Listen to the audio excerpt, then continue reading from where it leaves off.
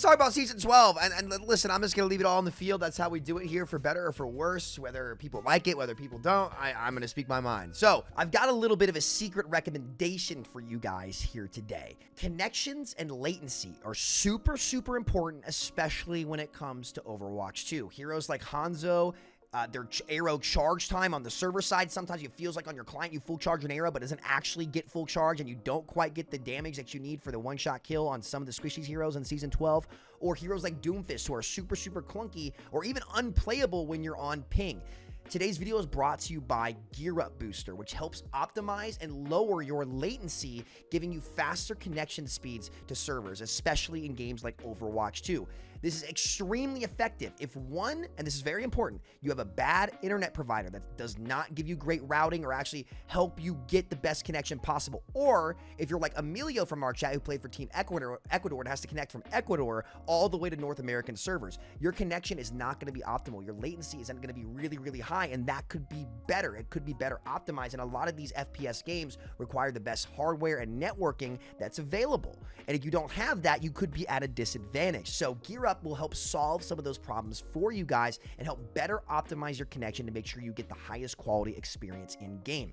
Every one of these brand deals also helps out the channel quite a bit, because this is how we pay for our channel managers and our editors that bring you guys content while I have a very busy schedule working kind of 2 jobs with Mindplex at night. So please check out GearUP. I think there might be a QR code on screen, but there definitely will be information down in the description. It would go a long way to the channel. It would help out their business, and it would help out players who have bad connection speeds and I would say inoptimal connection with bad ISPs or live in regions that are very far away to get a better game experience. So yeah, thank you GearUP for sponsoring today's video. Let's get right to the action.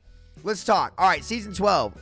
Honestly, like holistically, probably one of the best seasons Overwatch 2 has had to offer outside of the balance patch. I would say, like, from a cosmetic standpoint, let's start about this with the cosmetics here real quick. These are the best skins I've ever seen, dude. The Reaper Mythic is probably, and people might disagree, I think this is true, the Reaper Mythic is the best and coolest skin they've ever put in Overwatch. Ever, dude. It is the single best skin of all time. I love it. The way the gun looks when you shoot, like the mummies, like, dude, they nailed the look. And to no surprise, I mean, dude, the art team is just, like, absolutely god tier at Blizzard. I think this doesn't surprise anybody here. Time and time again, they continue to find new ways to impress. And as someone who's really bad at art himself, to be able to see people, like, who are super talented at it, like, it's always really, really cool, because this is kind of stuff outside of my imagination, and I love stuff that makes me think. So, like, the skins and the Doomfist skin, like the battle pass was great, man. Like this was, you know, seriously, from a content standpoint, easily one of the best seasons Overwatch has had to offer. I found myself grinding just to level up the battle pass. You know, I've played hundreds of games on each role. No, so seriously, what a great season overall in terms of the art and the battle pass and the theme, dude. Like, seriously, so damn cool. And the Ana Mythic is still coming out, guys. I'm buying that. I have to. Ryan players, you can have your all's hammer. I don't care, but a raw themed Ana gun, come on. Gotta get that shit. Let's talk about Clash. Let's start moving on to some of the gameplay features they put in. Let's start with the elephant in the room, Clash.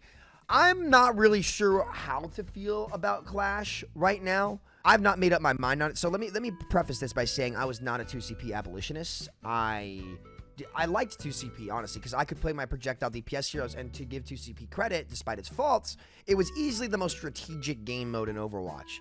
Clash is kind of just like a mindless brawl. Like, not mindless, but it's not worth pushing last point, because it's better to just have a defensive setup. So what people have started doing is they'll cap the first one, let them cap their spawn. If they make a mistake and push up and get caught out and you get an entry pick and they do something to give you an advantage, people will push that.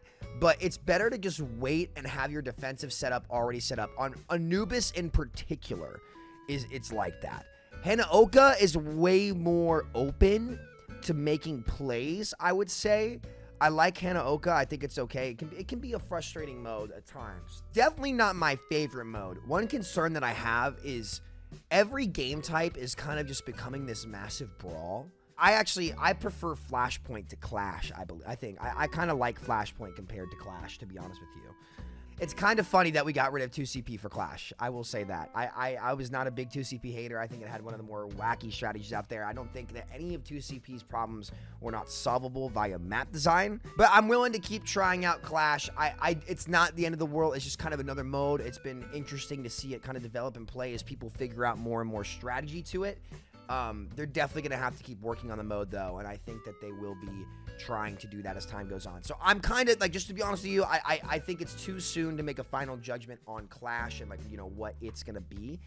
But outside of that, I think the maps look good, and I think Anubis still needs some changes. I think Anubis, like, it's not open enough. It's just a giant, like, choke, just get drilled by everything, stagnant. You know, I wish that it looks great, but I wish it was a little bit more open with more lanes to navigate. Like Hanaoka has on each point, like, sides you can go down and easily access, but on Anubis, it's very difficult to access those off angles, making it kind of feel like a one-dimensional corridor where you just get put in a blender.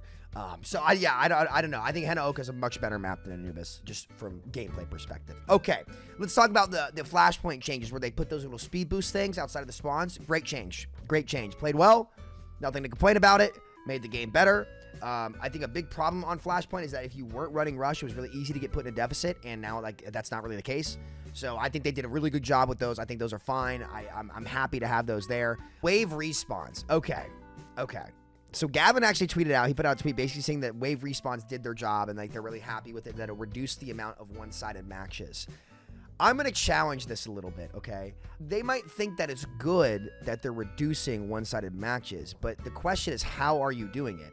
And if you're removing punishability windows from, like basically knowing when to die and chasing staggers is one of the most important things to do at the ceiling of the game, right? You've kind of seen this theme throughout Overwatch 2 with what they've implemented. Sometimes it's good for the game and sometimes it's bad for the game, right? Like an example of them, quote, dumbing down the game, I guess, or making the game easier that would be good, I would say was the global regen passive.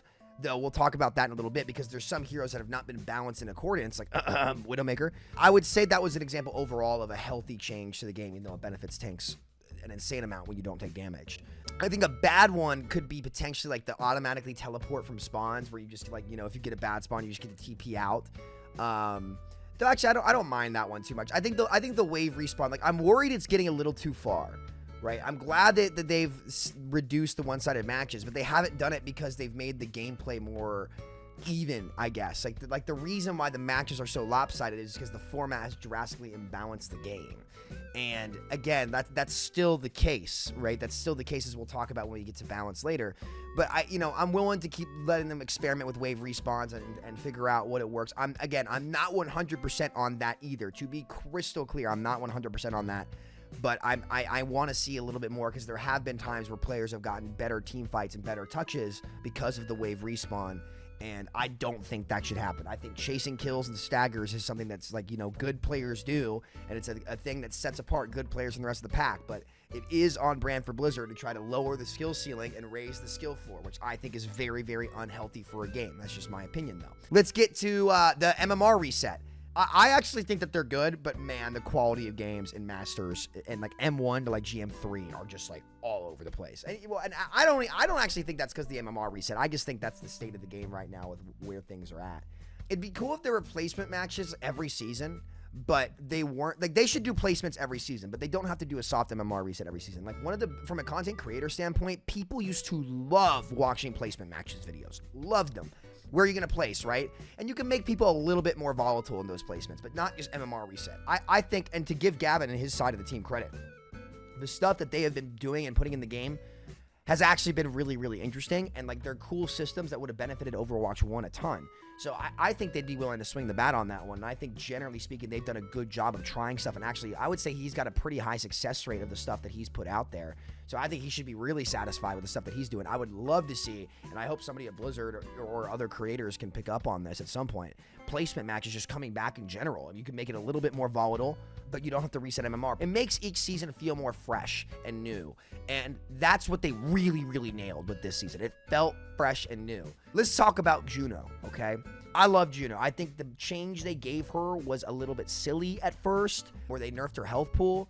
Overall, she's got like one of the best ults in the game. People were saying she was underwhelming. You're just bad. She is definitely good, especially with like certain rush comps like Ram. Like the speed ring is super, super good. It's a new intuitive way to add speed boost to the game. And what this shows you is that there actually can be some overlap in designs and still have them be unique, which is something that people have been very concerned about for Overwatch for a very long time, where it's like, okay, well, if we have another speed boost hero, does Lucio lose his identity? And the answer to that is no, because the type of character Juno is very different from Lucio.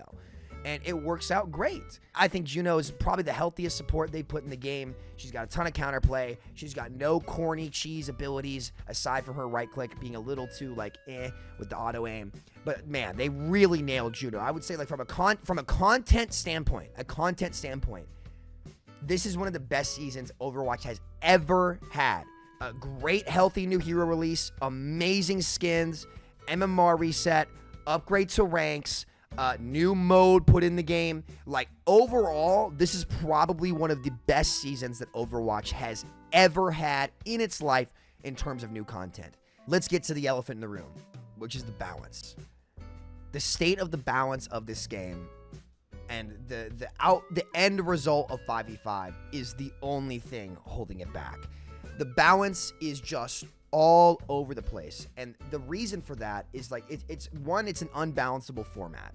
The Blizzard team's goal post Season 9 has clearly shifted away from trying to make a net balanced game and just attempt to make 5v5 work, which means there's just going to be a ton of imbalanced things. The tank role is just way too good. And the worst part is, it's not even that much more fun. I was losing my mind playing tank. Because again, like you just get punished for aggression. The best thing to do is to just sit there and wait and let their tank make a mistake. Because the dance of the front line has been removed and the windows of vulnerability on every single tank has had to be drastically reduced and they've had to be gigabuffed in order to function as a solo tank, the windows of opportunity to get value or what made the dance just aren't there. And it's just, there's still a lot of counter swapping. D.Va is ludicrously overpowered. They just gigabuff the tank, and a lot of people were sitting there looking at my patch reaction being like, this patch doesn't change that much, this guy's just overreacting. Let me read you some of the stats in comparison from like Overwatch 1 tanks to Overwatch 2 as to where we are now. It's been death by 1,000 cuts. So until they make a massive direction change, it's like adding more and more cuts, you're not gonna heal, right? That's the problem. So that's why people have been freaking out, myself included. Because very clearly this design direction isn't one that gives players more player agency. It's just senseless power creep well past the point of Overwatch 1's power creep in 12 seasons. Listen to this, okay? Take D.Va, for example, who had 600 health in Overwatch 1. Armor was weaker in Overwatch 1, which, by the way, they buffed armor and did not think to compensate some of these tanks' health that are armor heavy after also giving them passive headshot mitigation. Ram and D.Va are just way too tanky. Way too tanky. But no one plays tank or enjoys tank unless the tanks are super tanks, which is why 5v5 and the idea of a super buffed character in a shooter game like this is a fundamentally flawed concept that will never work. Let me read you the changes to D.Va for now, right? Okay? So here are the buffs that D.Va has received post Overwatch 1, okay? Met Call ult got reduced by 12%. Micro missiles cooldown got reduced from 8 to 7. Impact damage on boosters went from 10 to 25, and then they reduced that back down to 15 after. They then reduced call mech again by 12%. They nerfed her spread and increased it from 3 to 3.75 because she was doing too much damage in November of 2022. Then they reduced boosters cooldown from 4 to 3.5 seconds, gave her immunity from her mech damage. When she comes out of mech, she has 0.4 seconds of invulnerability frame, so she automatically gets bailed out for free there. Her fusion cannons speed penalty when shooting them reduction got reduced from 40 to 30%. Self-destruct got buffed from 900 to 1,000 damage on the maximum damage, and the inner explosion radius increased from 4 to 6 meters. Then the Season 9 changes came in with all those buffs. Base projectile size got reduced from 0.25 to 0.2 meters, so now that got nerfed after the Season 9 changes because it was too good, right? But look at this, ready? Then boosters impact damage got buffed again, back up to 25. They reduced her weapon spread to an all-time low at 3.375. Micro missiles damage went up from 4 to 5.5. And the defense matrix duration got increased from 3 to 3.5 seconds. On top of that, the global healing passive benefits tanks better. Armor's stronger than ever before. She has 25% headshot reduction, 50% ult charge reduction, 40% less knockback. Compare that character to Overwatch 1 D.Va after all the health changes too, and it is night and day. I could do this with every single tank in the game, where like the tanks at their base, just from passive stats, are so tanky, they are like 2 to 3 times better than what they were on the map in Overwatch 1. And the reality is, no matter how people have to spin it, there are going to be times where you as a player have to go up against these raid boss tanks in the game. It happens every game. It is so much less fun to go up against a target that is so unbelievably tanky than it is to play against a target that is actually killable.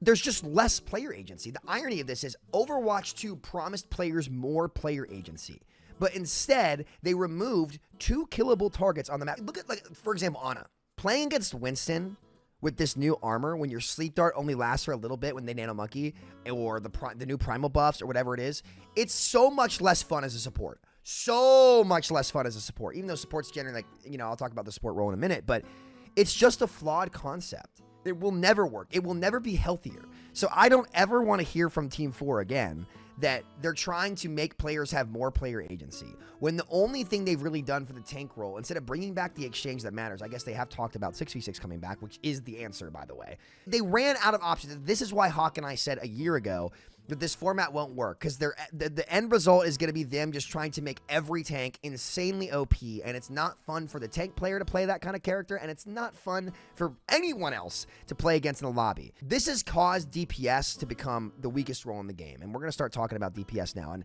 if you guys don't believe me about how much they power crap tanks, just go back and look at how many of the changes they made to every tank.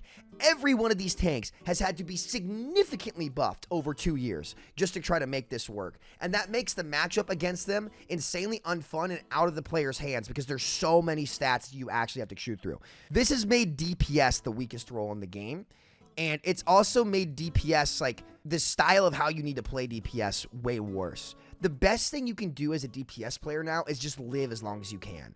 And what I've noticed in most of my games, and this is what I challenge anybody at home to look at too, I would say in about half the lobbies, a DPS on either team is either negative or 1-for-1. I would say in most of the games that I have seen, somebody's just negative, because there's not a good matchup for them to go on. And I'm sorry, or even better, post season 9, which have been, like, I'm going to be real, season 9 was one of the most unhealthy changes they ever could have done to the game. It made the game insanely unbalanced, and they've got to revert it. They've, at least the health pools, or like mitigate how much you made the hitboxes bigger by a little bit more. But like the breakpoints that they changed, they have not been able to solve since then. And it's like, this is why I say they've given up on balance. But back to the DPS role for a minute here.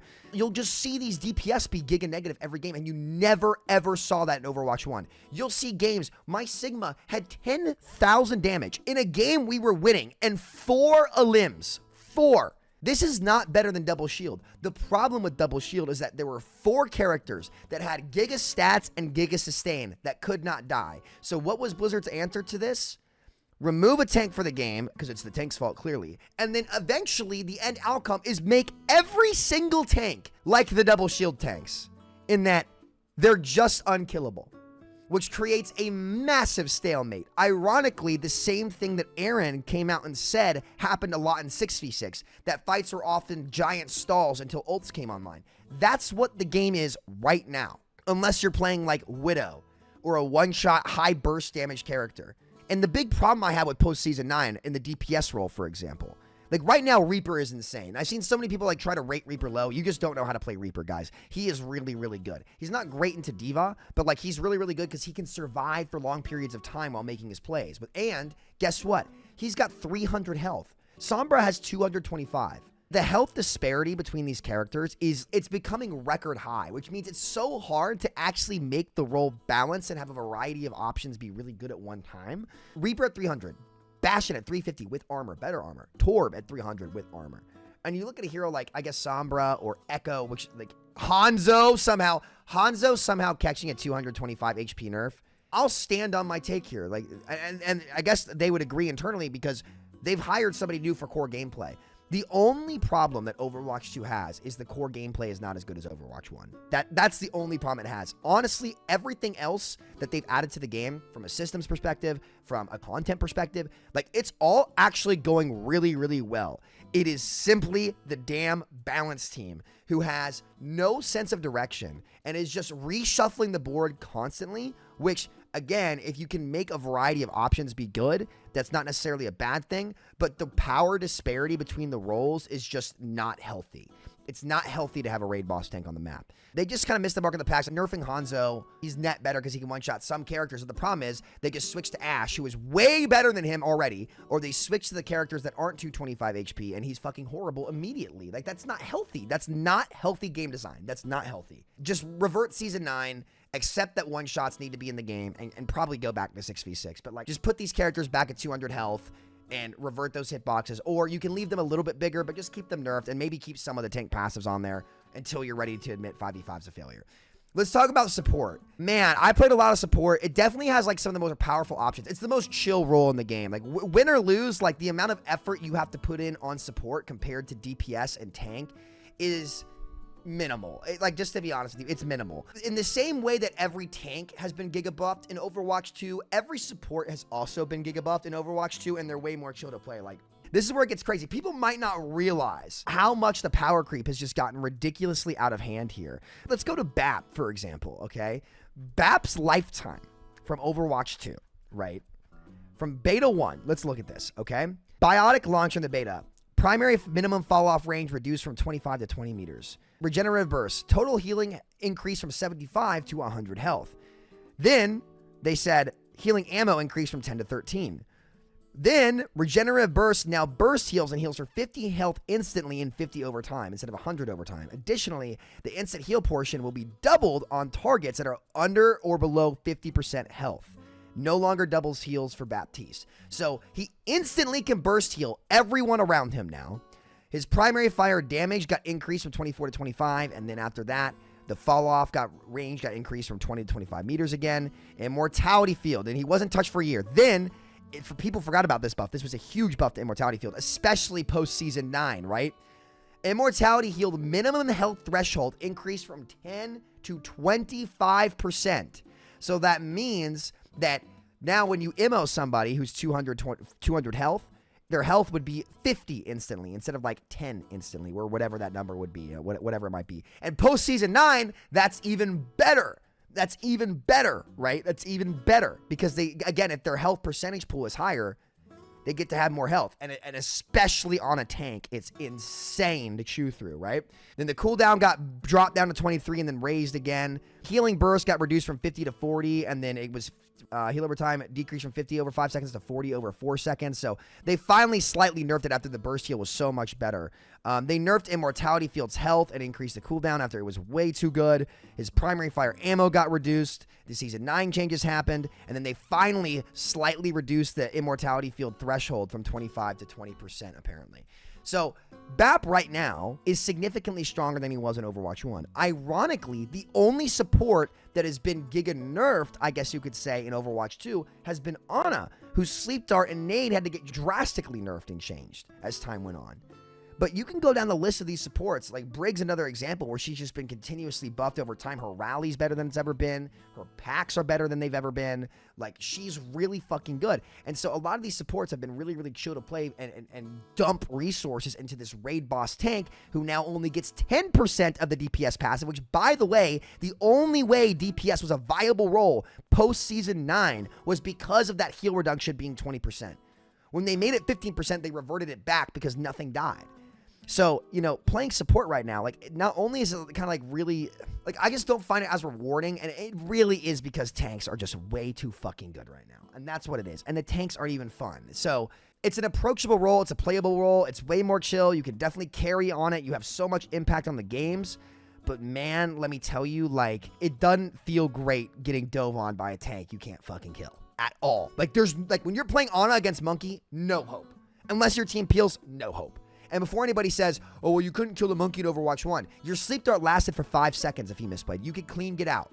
He had to strafe his bubble perfectly. If you naded him, he had so little health that he could explode, unless he got big peel from his team. There was so much more playmaking and so much more player agency previously in Overwatch 1 compared to Overwatch 2, because every character was way more relative to each other. Way more relative to each other. Compare a 225 HP Juno to a 750 HP giga-buffed armor, giga-buffed micro missiles, her flight's even faster, headshot mitigation, ult charge reduction, CC reduction diva. As an entire concept, and this is what I'm really trying to hammer home to people here, as an entire concept, the idea of a super character in an FPS game, in an FPS hero shooter, that's way stronger, from a stat perspective than every other role in the game, it's just not healthy. This game is better when every character and every role is more relative to each other because it allows for more player agency and playmaking on every hero in the game. And Overwatch 2 has completely missed this mark while initially, while knowing it's better, saying that hard counters are not fun for the game, they're not fun for the player, and the goal of 5v5 was to create more player agency. But they have reduced both of those things. There's more counter swapping in this game than there was in Overwatch 1. One player who's on the wrong pick is worth so much more. And this is kind of the big fault of 5v5 as well, where it wouldn't be as big of an issue. If heroes were more relative to each other in this game, being on inoptimal picks, especially when the game is even harder to balance for a balanced team that couldn't really do it before anyway, being on those wrong picks, it's worth so much more, especially when one player is worth so much more. Like if somebody was on an inoptimal pick in Overwatch 1, it was way easier to overcome that deficit, right? And if that one player died or they were trolling, not only was everyone else in the lobby more relative to each other, so it was easier to make plays when you were at a deficit from a player being bad on your team, but that one player was also not worth as much. So it's a double whammy here. It's a double whammy, and that's why the pendulum has felt like it's swung so far, especially when it's a tank. Especially when your tank is on a bad tank matchup, like just GG, go next, man. It's just not fun to play because you cannot pierce that super tank. Say that I had a hog player that was getting hard marked by a diva in Overwatch 1, and then like we were on Sig Hog and they were on Monkey Diva, right?